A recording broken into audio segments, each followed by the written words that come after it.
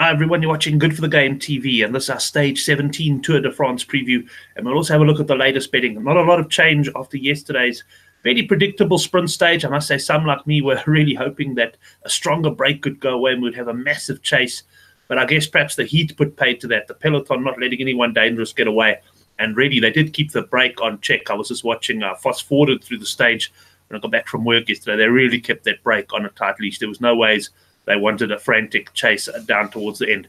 Anyway, yes, it was a sprint finish. And if you are new to our channel, please go down below and hit the subscribe button. Let's have a look at the results of yesterday's stage. And, well, full marks to Caleb Ewan. He had to sprint from a long way back. He was quite out of position.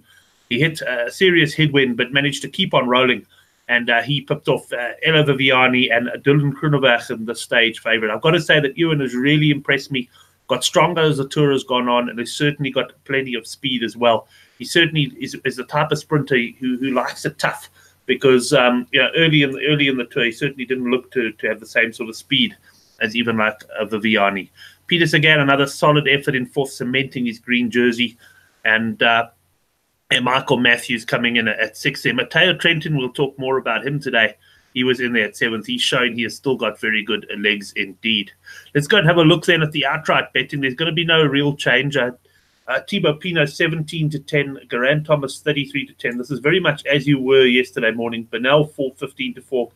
Alaphilippe has drifted a bit from 4-1 to 11-2. Kruijswijk 9-1, and Buchmann, he's solid. He's 18-1. No other real interest. The one I would look at ahead of tomorrow, though, is the King of the Mountains jersey, but we will have a more of a look at that in our next preview and see if there's any value there on the King of the Mountains. Thibaut Pinot currently the favourite there. Let's go to today's profile, and it's going to be an interesting one.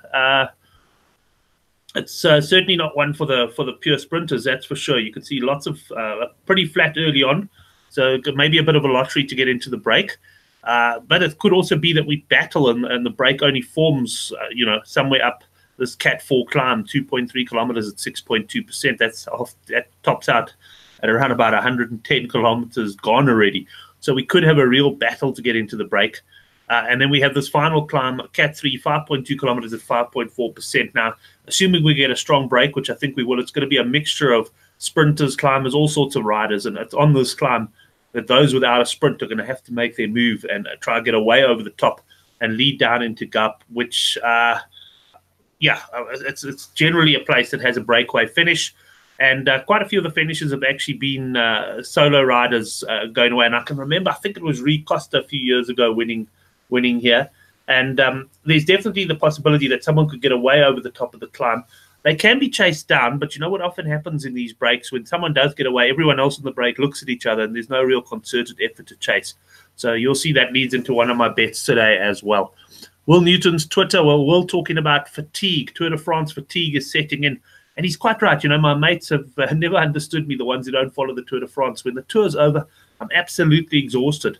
Not only from previewing events and that, but just from actually watching and betting, and it's unbelievable. You get exhausted. So Tour de France fatigue is set in, particularly on stages like this. I think once we come to tomorrow's stage in the Alps, it's going to be different, because then we know the GC boys are going to come out and play. It's going to get a little bit easier to lift ourselves. But he's at Inside Peloton 96, and there you can see his preview. He goes into his usual detail on the stage, and eventually ends up with the name Matteo Trentin as his winner. Trentin is a name that's popped up a lot. He opened at 16-1 in the betting, but there's been sort of constant money for him. I was looking around now. The best price I could find, Trentin, is 12-1, and that's at Hollywood Bets. But let's go straight across to my bets for the stage. Not a stage I'm getting particularly involved in. I'm going a unit on Trentin. I see the van on our forum also likes Trentin. 12-1. When a few of the tipsters you follow or the guys you respect in cycling go for the same guy, you throw him in. Trentin at 12-1.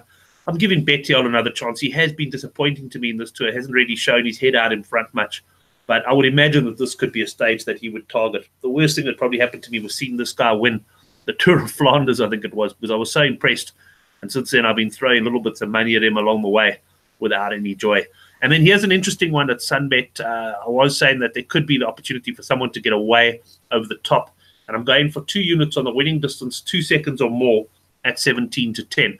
And, another possibility there is that we have two or three guys coming in together, and they start the sprint, and the guys who realize they're not going to win almost drop their head, especially if it's a 2-up sprint, and we could still get that winning distance. So 17-10, that'll give us a nice interest for the day, but not a stage I'm getting particularly excited about. And let's just show you tomorrow's stage, which just have a little taster here. I mean, this is why we're getting excited for the stages that are come. It's an absolute brute. They climb the Col de Galabia, 23 kilometers at 5.1%, and that's an out of category climb. We've got 2 out of category climbs tomorrow. So anyway, thanks for watching our Tour de France preview. Hope you have some luck on the betting front today, but don't worry, we're going to be firing hard into those bookmakers this weekend as we hit the Alps.